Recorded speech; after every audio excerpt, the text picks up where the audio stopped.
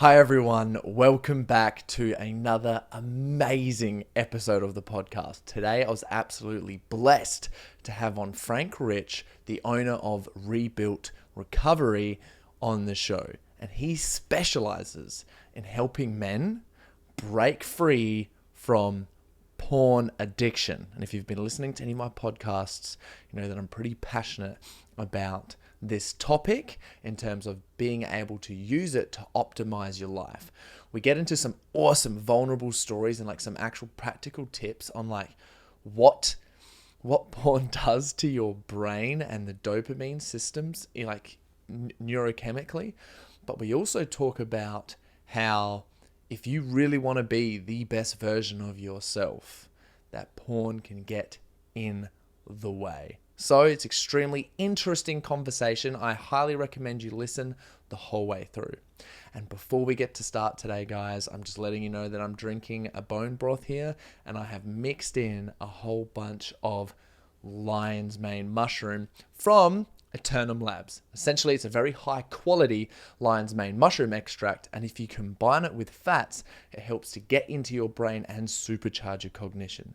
You start to really understand, like after taking lion's mane for a while, how much it really helps you focus, and it has all these different other goodies that mushrooms have in terms of protecting your stomach lining and like increasing your immune system. But the best benefits from lion's mane is getting your brain switched on so you can focus and crush your day. Just smashed this podcast out with Frank and it was amazing. I'm having this bone broth and then I'm going to go focus and go as hard as I can in the gym. And if you want to experience that as well, you can get 10% off the lion's mane at eternumlabs.com.au. Put in the code Corey and you can get 10% off. So without any further ado, guys, I hope you enjoy this podcast as much as I did, and I bring to you Frank. G'day, Frank. Thank you so much for coming on the show. Yeah, thanks. Thanks for having me. Glad to be here. Yeah, awesome. What are you currently working on? Like, what's on your agenda and your routine at the moment? Whew.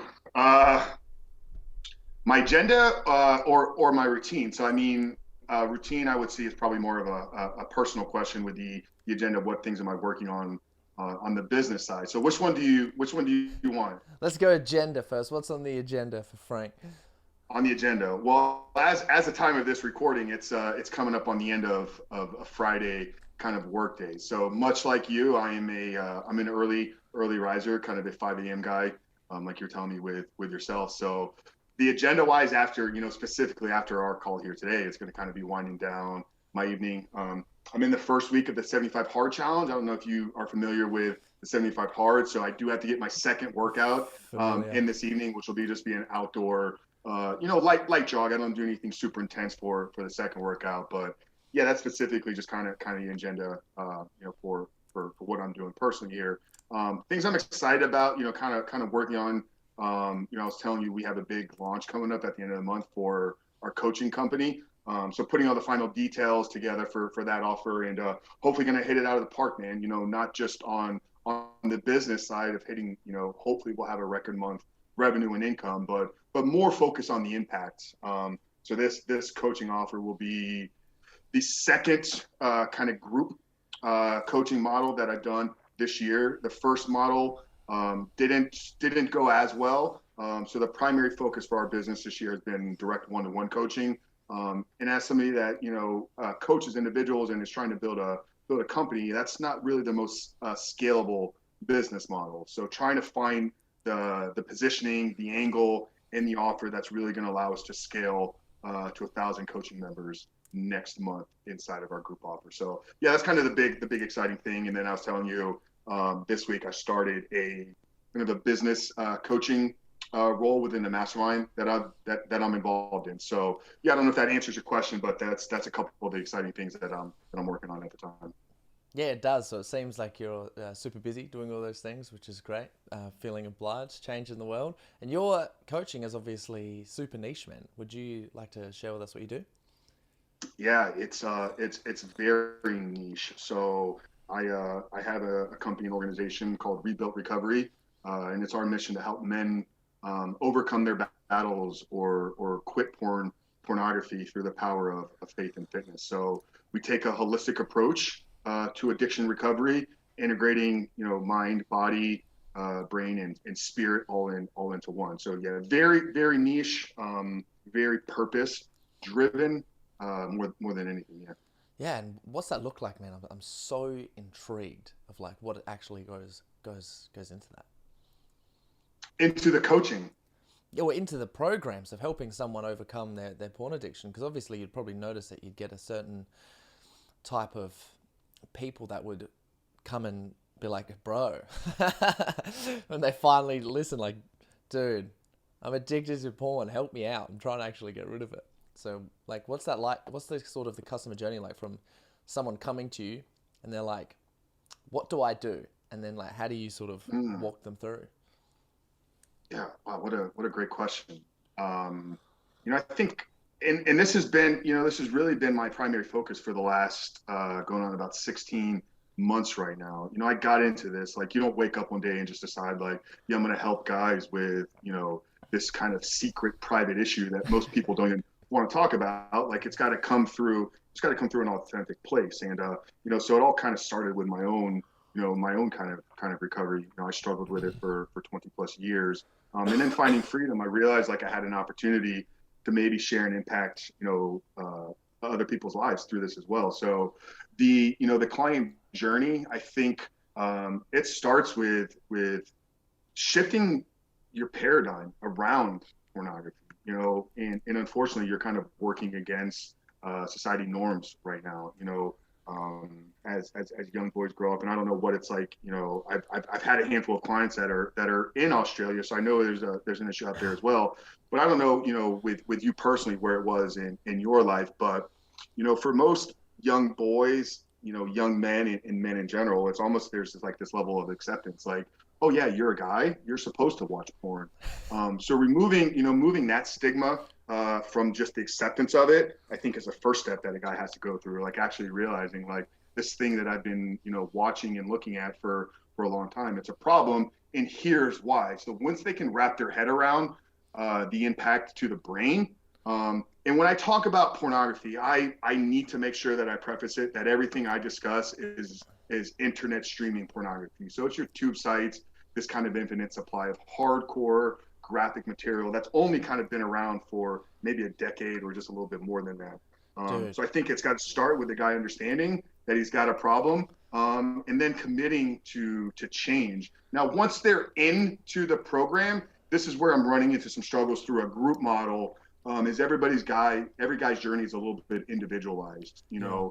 and it's based on like what has been the negative impact of porn on your life. Once we can identify that porn has negatively impacted this area of your life, specifically in this way, then we build a plan to improve specifically that area. And by focusing on improving where the negative impact has been, you begin to kind of really see and look at porn a little bit differently. Like I said, it's fully integrated and it's a holistic approach. So we look at his lifestyle, we look at his sleep, we look at his habits, routines, nutrition, training. What is he doing skill wise or hobbies or creative? Like, if we're going to reboot and rewire your brain, we need to begin to use the brain in other areas. So yeah, it's hard to kind of give you a definitive, journey because everybody kind of goes through a little bit different of a recovery process. But it starts with the admittance that there's a problem, commitment to change, and then kind of what AA or 12 steps will tell you is like a full surrender, of your life over. And I think there's got to be an element of that. We have some spiritual side of things that we integrate into the program. But yeah, once a guy is ready, and committed to change, like I know we're gonna be able to transform his life, not just with helping him remove porn. Like our clients are seeing physical transformations. They're seeing, rebuilding, reconnecting their relationships. We're seeing guys, start up new entrepreneurship journeys. We're seeing guys getting promotions within companies that they've been with for years because we begin to change who they are. So more than anything, we help these guys kind of begin to find a new identity and kind of become, like what I like to say, become the man that they were created to be. So it's kind of an evolution of the man's identity, taking him from, guy that's struggling with porn to fully stepping into his God-given gifts. Yeah, so true. And there was a couple of points in there that like I extremely resonated with. And one of them was obviously being a kid and integrated with porn. Like a personal story you probably hear 1,000 times. I remember I was first looking at like tits and naked girls and I was like 10, 11 years old on the school computers, man. And it just went like, you could say downhill from there in terms of like porn addiction. Like it was absolutely nuts. So after like, I don't know, I can't remember, like 14 years old, I used to get told off at home because parents didn't know about like computers. They didn't know what we were doing. So we'd have our friends come around and we'd all just be like, oh, what? Just like looking at porn on the computers. And then like, it's just been so integrated, like it's the norm. And the second thing, which like I was thinking about as you were saying, was like a lot of us guys, we deflect any of like the serious porn conversations through humor because like we all find it's funny. So man, I was just, thanks for sharing. Yeah, no, thank you. And yeah, I mean, 11, that's the average age of first exposure right now. So I don't know how many, I don't know the demographics of the audience, but anybody that's, a parent out there, that number is drastically getting younger and younger every single year. And one thing I like to say to parents is when we can understand the brain and what even looking at porn once, two times, three times begins to do to the neurochemistry of the brain, then we need to put on high alert. And like I tell parents all the time, you got to get in front of the conversation. Like you have to be proactive about educating, about having the honest conversations with your children, because there will come a point. And I'm sure this happened with you. You seem to be a little bit younger than me. So my introduction to porn came through magazines. I wasn't 16, 17, almost 18 years old until we had a computer. But there will come a time in every young boy's or every young child's life when his eyes see something that his brain is not yet developed to handle.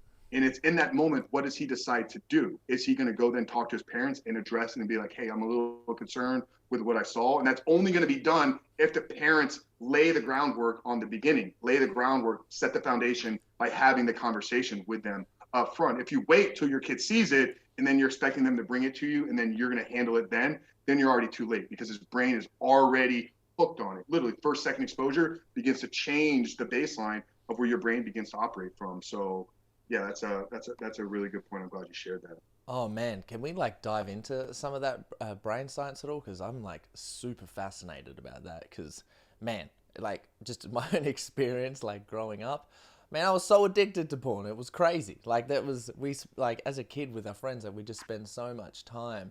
Like I remember when we were like really young, we did have the internet, but we'd also go like to the back of news agencies and we go into like the big bins and we'd take out all of the magazines. And yeah, this wasn't like I was ever going to talk to my parents about it. I was like, no way, I'm going to go wank and get rid of this. This is fantastic. Look at all this stuff. I felt like so naughty and exciting all at the same time. I was like, Jesus. Yeah. So yeah, there's a massive rush of neuromodulators, neurotransmitters. You're getting these hits of dopamine, and it's it's a super normal levels of dopamine. So this is where that kind of hijacking of the reward center. So I don't know how deep you want to go, but our brains have this reward center. It was created, it was put there to keep us moving in the direction of progress, keep us moving towards achievement of goals. Dopamine is meant to be a chemical that's released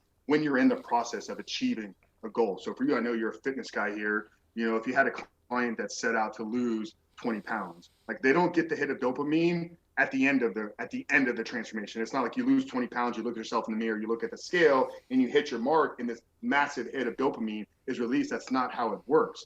Dopamine is going to be released every time you make a choice moving you closer towards that goal. So when you wake up in the morning at 5 a.m. and decide to hit the gym instead of hitting the snooze button, hit of dopamine. When you choose the prepped meal, the beef and broccoli over the slice of pizza, hit of dopamine, because it's a choice decision made in the direction of your goal. Now, what ends up happening is with this super normal stimulus, like this internet streaming pornography, it's designed and created in a way that it hijacks the reward center. So first, second exposure of internet streaming pornography, you get this insane hit of dopamine, like far beyond anything you're going to get in the natural world.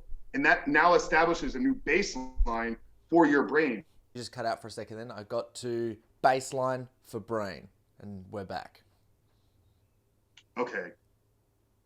So the baseline for your brain has now been it's been reset. So that first hit of exposure of internet streaming pornography, first second hit, you've established this new kind of normal of what dopamine your brain wants from dopamine. So knowing your brain is going to recognize that, so it's no longer going to get excitement or joy out of choosing broccoli over pizza because it's only give you this much dopamine. Whereas if I go look at pornography, I'm going to get a hit that's like this big. So this is where you become quote unquote addicted to it, because the only place that you're going to get that excitement, the only place that you're going to get that rush that you were describing is through looking for more pornography. So this is where I get a lot of guys that's like their lives are literally nothing beyond just sitting in front of their computer for 8, 10, 12 hours a day.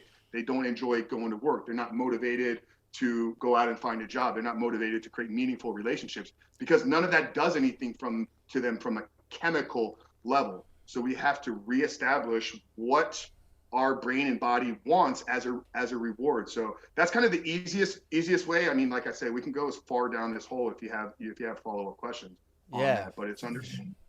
Yeah, like I absolutely love that. And I think it's really important to know that obviously would have extreme cases where people are literally just that's all they do and focus on. But there's also other cases where just the normal person is it just happens end of the night every single night. They could be so much more productive, or they use it as an escape. Like how I explain it is like, that maybe you shouldn't be masturbating over porn if it's a comfort wank.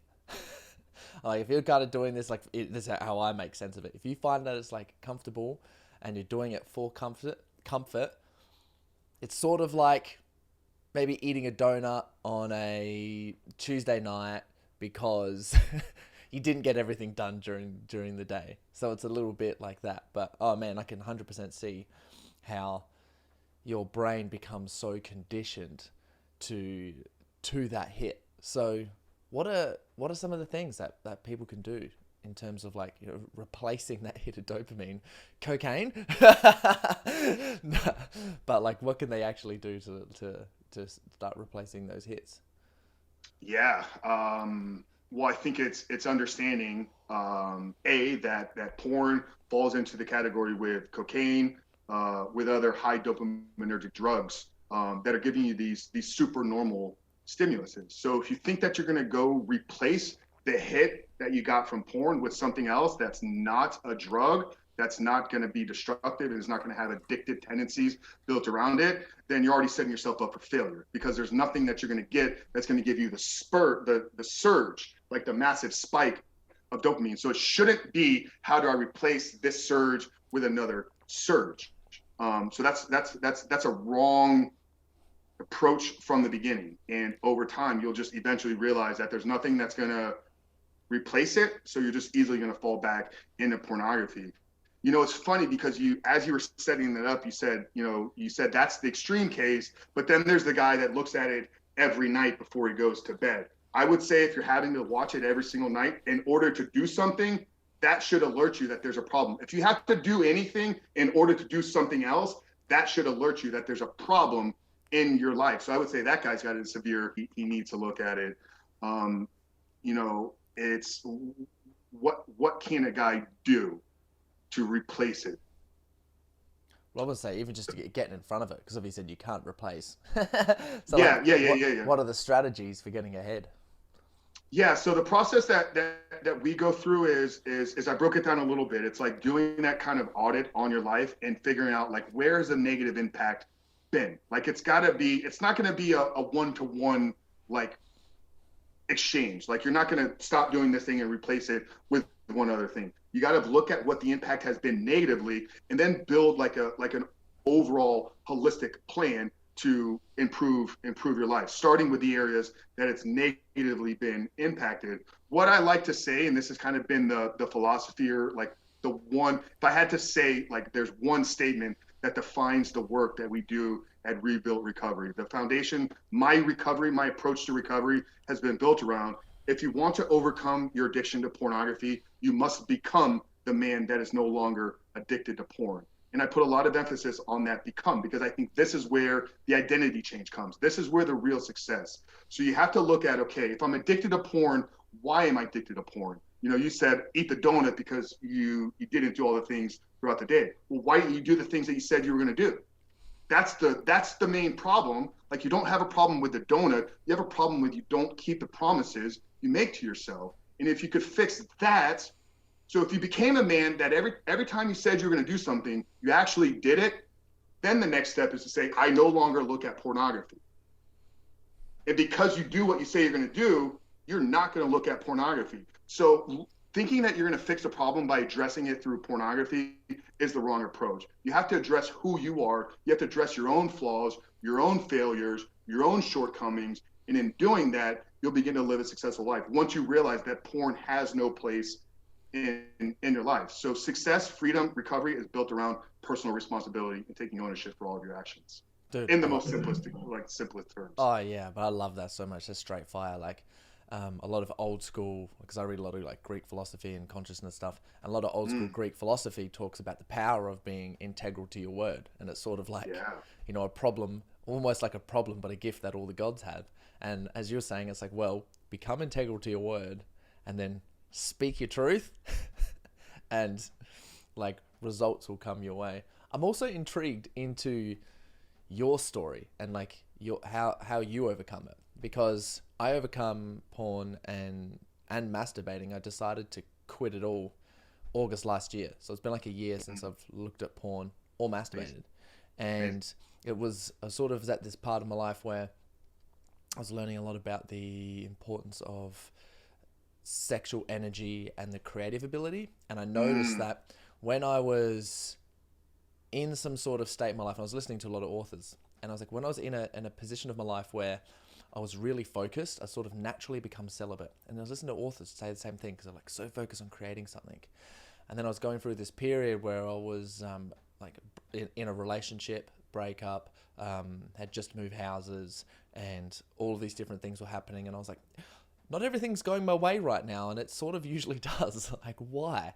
And I was masturbating all the time. I was looking at porn all the time, and I was like, well, this is one thing that I wouldn't be doing if I was creating, and as you mentioned beforehand, being like becoming the person you wanted to be. So I was like, I'm just gonna quit it for like forever, I think. And then I was just like made that decision, and it flicked, and then I've just like, I quit it forever, so I didn't have to make the decision to be like, oh, do I look at porn today? Do I masturbate today? And it's been one of the best things that I've ever done in my life. So I'd really like to know like your journey with that. Yeah, I think for me, my story is very, very similar, you know, and it's funny because I can tell just, you know, from the first part of this conversation, you're a very, very well-read guy. You know, you talked about this kind of sexual transmutation. You know, Napoleon Hill talked about this in Think and Grow Rich. And I've read that book every year since like 2014. And I didn't even pick up on that chapter until 2019, which was kind of the beginning of my journey. It kind of just like, I kind of just was blind to it. So there is something incredibly powerful to the ability to kind of harness the sexual creative energy and direct it or transmute it into something, whether it's a podcast, a coaching business, or marketing position. I mean, all the things that I'm doing today, I mean, the Superhuman Life, which is the podcast that I've been hosting for 2+ years, came out of the first 3 months of my recovery. But for me, man, I've kind of been, kind of a high achiever, high performer, my entire life. I was a competitive bodybuilder for a decade plus, did okay here, kind of in the state of Florida, got a national, ranking qualification back in 2016. So, a lot of the discipline and things that, have been a foundation of my life have been with me for a really long time because I was a competitive athlete. And I've also been an entrepreneur for, 8-9 years now, had a company that grossed over $2.1 million from 2013 to 2017. So, I've always kind of been intrigued and been in this kind of high performance self-development world, going on for 15+ years now. While all that was going on, though, is I have, like I shared with you, I was struggling with pornography for over 20 years. And probably 18 of those 20 years, I didn't even recognize it as a problem. We kind of just talked about it. It was kind of the normal conversation. You just thought like, oh yeah, you're a guy, you're supposed to look at it. I wasn't able to connect anything until I heard a podcast with an author by the name of Michael John Cusick. He wrote a book called Surfing for God. And this podcast would have been around late September, maybe October 2018. And Michael, he's an author, he's a recovery coach and therapist now, and it was dark, and it opened my eyes to a lot of things that were probably in my future. So after hearing that podcast, I began to kind of do some of the research. I shared with you, I've kind of been into the self-development world and space for a really long time. So after hearing that podcast, I looked up Your Brain on Porn, the Gary Wilson TED Talk, the book, and I started to kind of develop like, okay, a little bit of understanding of what was actually happening. It took me, a couple months to kind of figure things out and make the ultimate choice in my life. But for me, the day came on February 14th of 2019. At the time, I was in a long-term relationship, and we had the discussions and talks of like what future looked like, between the two of us. And I had this kind of realization, just one Thursday afternoon, having a conversation with a friend of mine, that if I was actually going to pursue, a future in this relationship, like she needed to know the truth, and that was kind of my defining moment. So just like I made a choice one day that I was going to change my life. And a lot of the driving force behind it was the relationship in the beginning.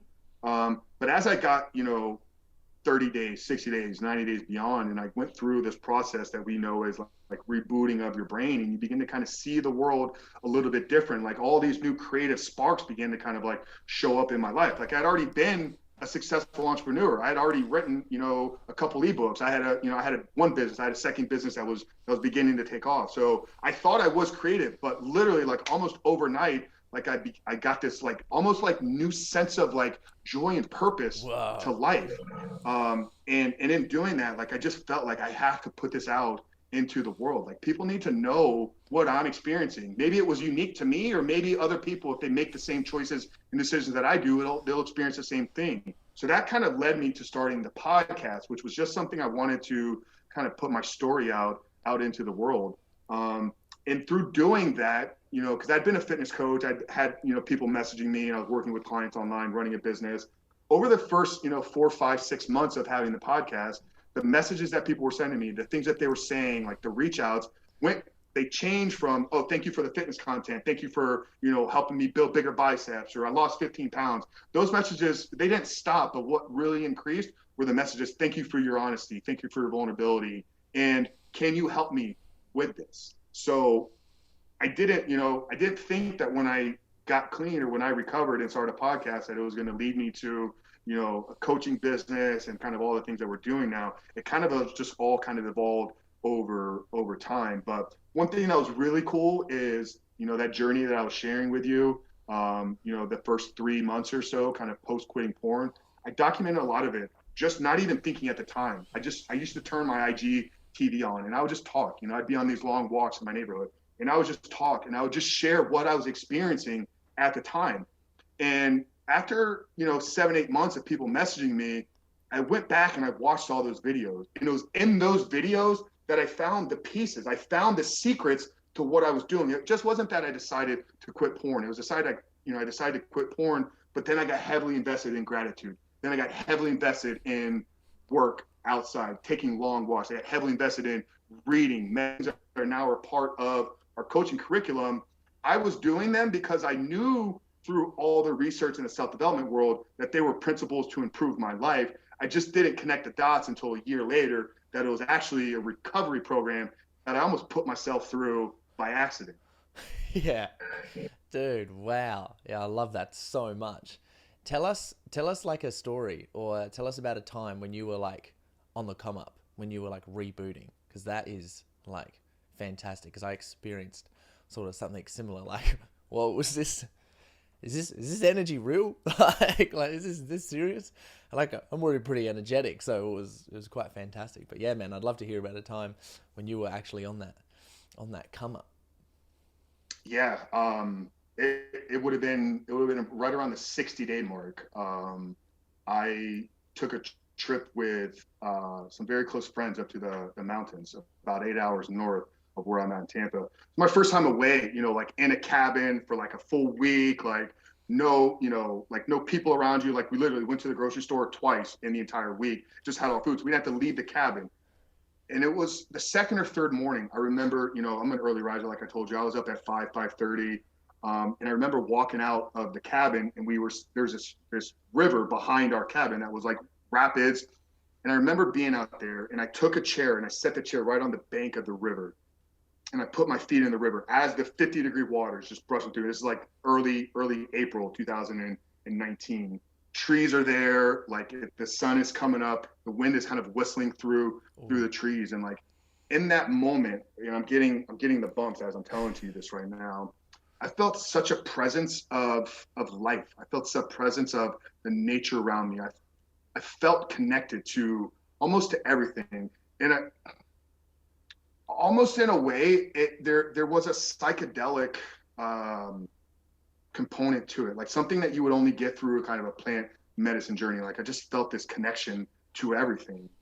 And I never felt that before. Like I never felt such a sense of joy, like an excitement of life, like really feeling life for what it was truly meant to be. So yeah, I mean, there's so many, but for some reason that one in it, and it's funny because that chair sitting on the bank of the water is the home screen for my cell phone. So every time I unlock the phone, I'm looking at that chair, and it reminds me of that moment, because it was in that moment that everything like just kind of came together with the podcast. Like you need to do this, and like this is where you need to take your relationship, and these are the things that you need to be creating. And it's almost like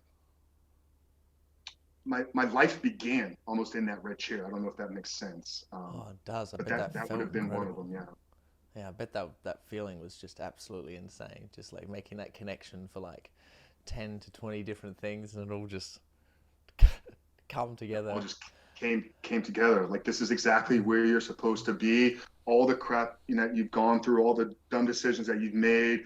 Don't beat yourself up, because that's what a lot of guys struggle with: guilt and shame and these feelings of like, I was an idiot for making these decisions. In my life will it ever be okay? Am I gonna have to deal with this for the rest of my life? And it's like in that moment, like the river, it's almost like symbolism. As the river was washing by, it was washing away all of my past. Like you don't have to have to worry about any of this. Don't care, because we're gonna wash this all away, and now we're gonna give you this new life. And yeah, it was incredibly powerful. How nuts sometimes is just like taking a little bit of stillness out in nature, especially at like Mm. a transition point of your life when you did like wasn't 100% sure was there, and it sort of just like unlocked everything. Man, I think that's just like ridiculous. So Well, good. that's something that it's something we actually build into the curriculum, like quiet time, alone time, stillness. Like, and it makes sense when you think about somebody that is struggling with a porn addiction. Like they're overstimulated, they're over consuming. Their day is either social media, pornography, work, this, that. Like they're always input, consume. Yeah. So in fact, if you can just learn to slow down and literally do nothing, like sit there with your thoughts and just be present in your own thoughts. Be still for a moment and just experience what that is meant to be like. It's like literally I shot a video one time. It's like doing nothing will help you quit porn. Like it's kind of an oxymoron. Kind of it's a attention grabbing title for a video, but it makes sense. But that was it. It's like learn to spend some time in stillness. And it's not just for people that are struggling with porn. Most of society today could benefit from having a little bit of stillness in your day. Yeah, man. Preach that, dude. I couldn't believe that anymore. I in my own coaching programs, I just make the titles stillness and musings, as in musings meaning like self-reflection time. And it's Mm, always so intense when I'm coaching like an entrepreneur or someone in business, and because they're just like so ridiculously like busy all the time, or their thoughts are yeah. so distracted, and they're constantly doing. Like as soon as they sort of step away for a while and they just think, or they have some time just to either write stuff down, or they always come to like some really big awesome decision that they need to make with their own personal life, or it could be something exactly like quitting porn, a conversation, or even like in my case, be less porn, people like just spending some serious time with a relationship partner. Like I had a client ring me up the other day. He was like, man, I'm feeling like real burnt out at the moment. Like I'm getting real good sleep though. I'm loving all my stuff. I'm currently like, everything's working out really well, but I'm just exhausted. And I was like, what's your body tell you, man? And he was like, and he had to think about it for a while. And he was like, do nothing? Like asking a question. He was like, do I do nothing? And I was like, yes. Mm. So like I really agree with what you were saying, man, because like I think from some of the research I've done, it seems like one of the epitones of masculine energy. If we look at like if I look at a Buddha statue, or if I look at like a Greek god statue like Hercules or like Theseus or something, they look very super stoic, right? They have these great bodies and they're always there like thinking like like on all the statues and stuff. And I'm like, oh, that's what men are supposed to be doing. We're supposed to be like fit and we're supposed to think all the time. Like it sort of just Yeah. had like a little click for me. And I was like, oh, okay. And obviously, social media and porn. Every time that like when I was watching porn and masturbating, it was like every time I felt lonely or bored, I'd be like, well, could get around this right now, make myself feel a little bit better. So, dude, thanks for getting those clicks just going off in my mind. Yeah, absolutely, man. No, love it. Yeah, that was yeah, fantastic. So like what else do you guys sort of discuss and talk about and go through? Yeah, then I was just saying, is there anything that like what are some of the like in-depth details that you guys go into when it comes to like helping people like realize some of the things? Because you mentioned like you had the coaching and understanding like people's lives, but it seems that it's literally like it's more like like porn's definitely not the problem. It's the problem with the person. And then we'll talk about stillness. So is there like any like reflections? I'm just thinking for people listening, if they're like, okay, I really want to get a little bit of stillness in, I want to reflect. How do I actually do it? Like, what would you say to them? How do you get stillness? Yeah, well, I'd say what like because surely like I'm just assuming that you'd have some sort of like either reflection exercises or certain conversations that you guys would talk about in your programs. So I was like wondering like what some of those are, because obviously when you do have those, you're likely to get stillness. So Yeah, we have a couple different ones. I have what is literally called daily reflection journaling. It's a 3 to 5 minute exercise that you need to do at the end of every single day. And what do you reflect upon kind of depends upon where you are in your journey.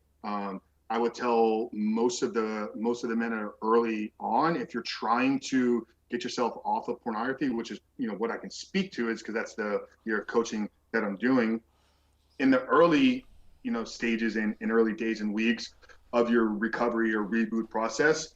Think about, like, reflect upon the moments throughout the day when you were triggered, like when you thought that looking at porn would have been a good idea, and kind of wrap your head around like what is causing all of that. Like, was it something like you said, when you used to be bored all the time, like the first thought was like, oh, now here's the sign to like go look at porn. We'll spend some time thinking about like why is that the immediate default answer, and then what would have been the better alternative.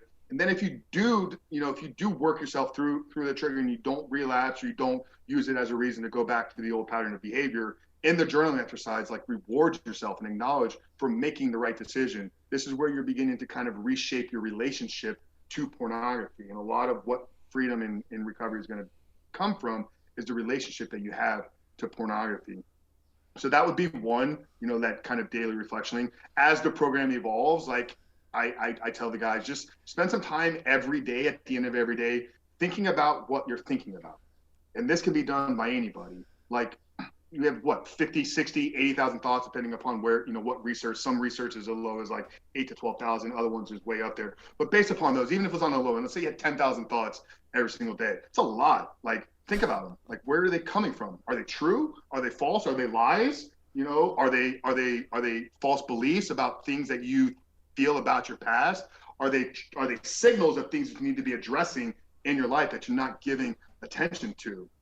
So probably the best thing that people can do, anybody, whether you're struggling with porn or you're just looking to improve your life, is spend some time each day thinking about what you're thinking about. And that would probably be a really powerful exercise for people. And then we have gratitude journaling exercise that we do with our guys as well. There's meditative practices that we walk them through, but we drip this all out through the course of a program. Like, I would recommend somebody, if you're doing nothing right now, don't start doing evening reflection journaling, morning gratitude, afternoon meditation, spending 30 minutes after dinner. Like, start with one thing and consistently do one thing for 30 days, and then add a second thing. But for most people, 5 minutes of just paying attention to your breathing can be very calming and centering. If you can't, if you can't do it without, headphones, or you can't even slow down and control your thoughts, look at some of, the meditative apps that are out there. So Calm app is an amazing app. You can even go on YouTube, so you don't have to pay or download anything. Just go on YouTube and put guided meditation, and literally you'll get a million things that'll pop up, and just pick one. Just start doing it. I think that's the most important thing. Like, you're not going to be great at it. Like, why would you be great at meditating? Why would you be great at stillness if you've never done it before? Just like anything, you have to put in reps, you have to put in time, you have to put in practice, and you'll improve it. I Yeah. think the best step is just be still. Like, if you want to practice stillness, be still. It's hard, man. It's so true, but it's so hard. Like, even at the moment, like I've done, um, like I've been really disciplined for certain meditations or stillness exercises for certain periods of time, and then for some reason I'm like, the next minute I'm like, hey, I haven't been meditating, or I haven't been still for like 2 weeks now. What the hell's going on here? And then it's like a struggle to get back. So I'm always like constantly having to like get ahead of myself and forgive myself for like not getting it in. But when I do, every single time, it's like it feels so much better. Have you got any like success stories that you could share if we like called someone person A in terms of like going through the program? Is there any times Dude, that there's so many of them. what's one that like you were really proud of? I I worked with a young man, and I questioned even taking him on as a client in the beginning. Um, I sound bad saying this, but because of his age, he was 18 years old. He was a senior in high school. Um, up until that point, the youngest person that I had coached had been 27. The majority of our men are, kind of, early to mid 30s. We've had guys, mid 50s, and I even worked with one individual that was mid 60s. But this particular individual, person A, like you called them, was very, very young. He was 18. He was still in high school. Hold on, you just cut out for a second. Then we'll be back in a second, I'm sure. Although he was still a. And you're Are back you with me? now. Am I with you? Yep, you're back now. Yep. So it's 18. Oh, okay. He's in school. Yeah. So this particular individual, he really impressed me. In our first call, he was 18 years old, was a high school senior, had a part-time job working in a restaurant, and had a clothing apparel business that was already profitable, not massively profitable. I mean, he obviously still had to work his second job, but he was making money from a business that he started online at 18 years old, and he really impressed me with his maturity. So after having a talk with him for about an hour, we decided that we would work together and we would join our program. And over the course of our 4 months, I saw this individual go from a high school senior that was struggling with confidence in who he was, extremely confident individual on the outside. But when you kind of got into what he thought about himself and his identity, he was very hard on himself. He beat himself up a lot. And what we were able to do through our coaching program, we had our slips and struggles and ups and downs. But around the midway point, everything just clicked for him. And he had that, he had one of these moments where it all just kind of came together. And to see an 18-year-old individual with that much drive and determination to improve himself, with that much drive and determination to become a better version and leave a lasting impact. And the day that we finished our recovery program, he shot a video for his IGTV that I ended up resharing on my page. But he put it all out there, and he shared, with his social media following and his business and everything. Like, here I was just a couple months ago, this young boy that had this secret, and I was hiding it from people, and I was scared to talk with girls, and I've gotten my life back under control, and I'm excited about the future. His business took off, and he ended up signing a couple celebrities and created affiliates in his clothing brand. I was like, how are you figuring this stuff out at 18 years old? Like, I can't figure some of this stuff out as a 38-year-old entrepreneur, and I've had businesses for almost 10 years. Some of the things he's doing, I'm like, how are you doing this? So we just, it was so amazing. But brother, I have so many of those. I have guys, reconnecting with their wives and families, and, launching new businesses and getting promotions and landing jobs that they never thought they would be, you know, prepared for. And it's just been amazing. But yeah, if I had to talk about one, it probably would have been that young man, because to see somebody of that age, like it tells me that, you know, whatever people say about the future leaders of whatnot, or your view on society and the younger generation, there's a lot of amazing young men out there, and I'm excited to play a role in any of their lives. But yeah, that probably would have been, you know, the most impactful story that we've had. Oh man, I bet that's just so motivating for you to like charge up and Mm, just keep going. yeah, no, 100%. Oh God, I love that so much. What would you say to people? Let's say if anyone's listening and they're like, "Oh, I'm interested, but I don't know." Like, what would you say to them? Like, or what would you like encourage like them to do? Because obviously, that if someone's listening and they feel a little bit like, "Whew, maybe I should, maybe I shouldn't," like they're attracted to it. They like the sound of like, okay, that kind of sounds good. What sort of nudges would you give them?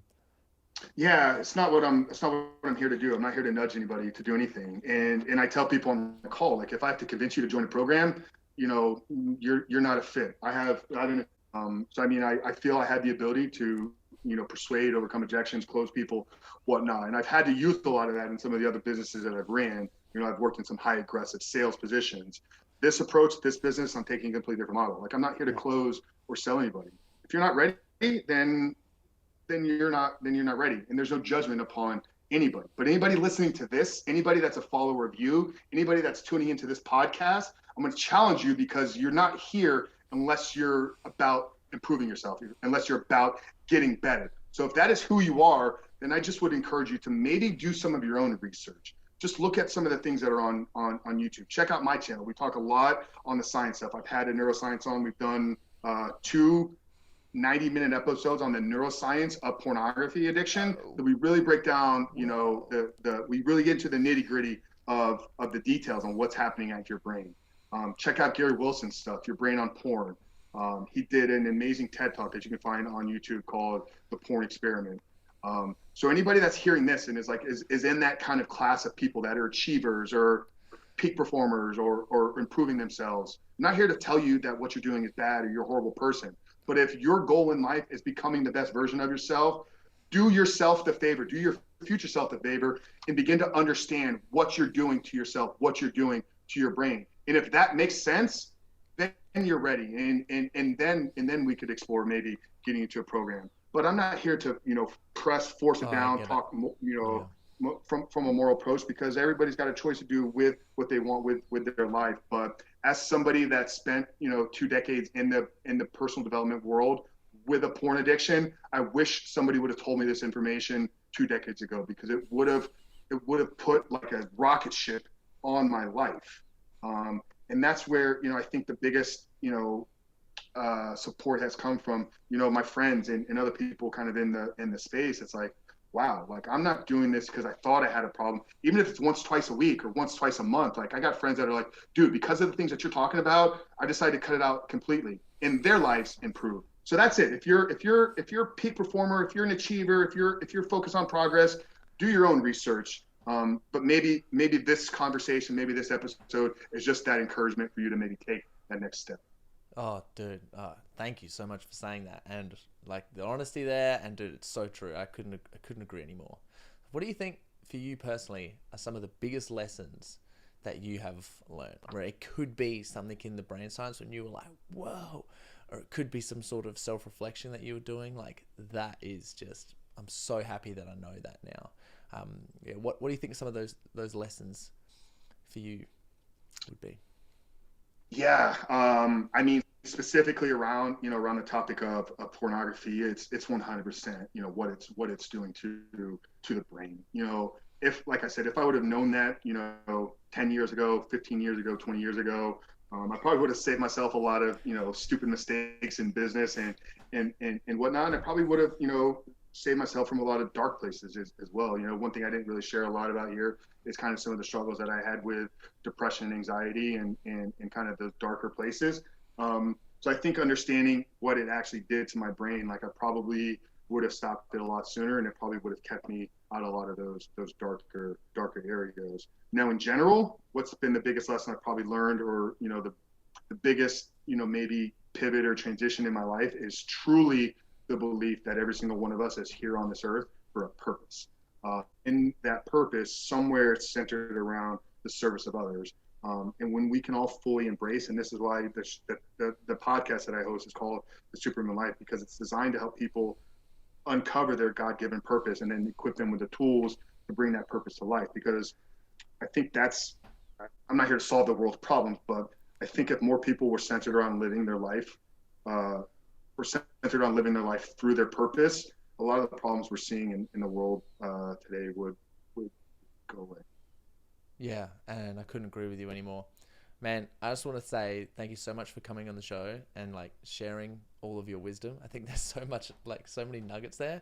I think that you've, like from what I can tell, obviously you're super well read, but you've done so much self-reflection and helped understand yourself so much that when you do help people and they do reach out to make that decision to make their life better, is that you get such massive results. And speaking from a guy's point of view, who have also quit porn and masturbation, and like seeing that you do that and help coach other people as well, and you've figured out all of the solutions, it just like, it makes me feel so much like more confident to be a guy, to be in general. And it makes me like so much more like confident that like porn addiction is, and watching porn all the time shouldn't be the norm. And that the moments that you mentioned beforehand, when you're sitting outside in the red chair and the stream's flowing through your feet, and like the pure bliss and the sensations that you're feeling through that is. So, man, huge thanks for that.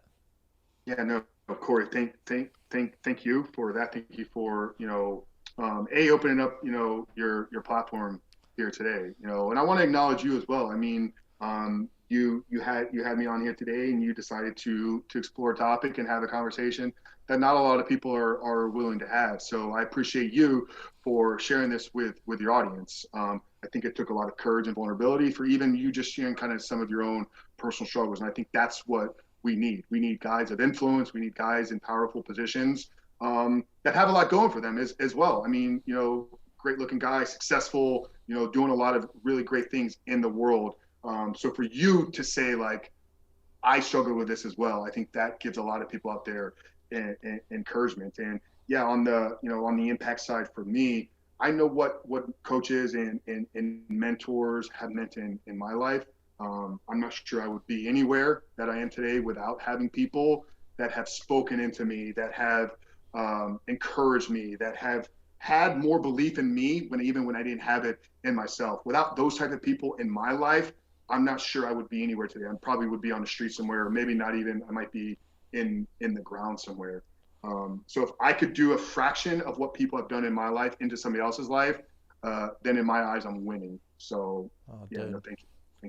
I just got goosebumps as you were saying that. I got goosebumps. So where can people find you, man, if they're interested and they're like, yep, done. I want to follow Frank and see all the stuff and maybe jump on a program. Where can people find you? Yeah, absolutely.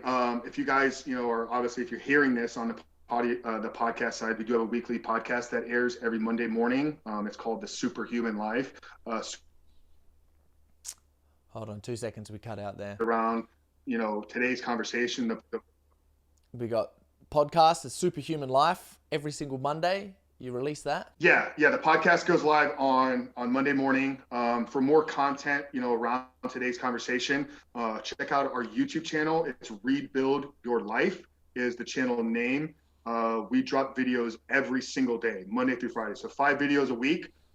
With the first one being Mondays is the podcast episode. We release the video over there. Then Tuesday through Friday, we drop short actionable videos on tips, strategies, tactics for actually overcoming pornography. So check out the YouTube channel. So podcast, YouTube channel, and then connect with me on Instagram. It's at the Superhuman Frank on IG. And I do have a gift. I don't know if you'd be okay with me, giving a gift to your audience. Man, absolutely, for sure. Yeah. So if anybody, was intrigued by today's conversation, or they're like, yeah, this, maybe I do have this problem and I want to maybe take some of the first steps. I wrote a book called The 7-Step Guide to Living Life Without Porn. It's absolutely free. It's a digital ebook, but it walks you through the 7 steps that we broke into our curriculum for our men. So that's at www.the7stepguide.com. All of that is spelled out, the7stepguide.com. You just put your email address and we'll send the book to you immediately. But that's been the most successful program that we have to date. Over 1,100 men gone through that in the last 13 months and begin to build a life without porn. So yeah, those are all the best places to connect with me. Dude, that's so amazing. Thank you for sharing that, and thank you for the gift. And man, I hope that rocket ship keeps taking off for you, man, because it's just fantastic. Such good work. Awesome, brother. Well, I appreciate you, man. Thank you so much. Thank you.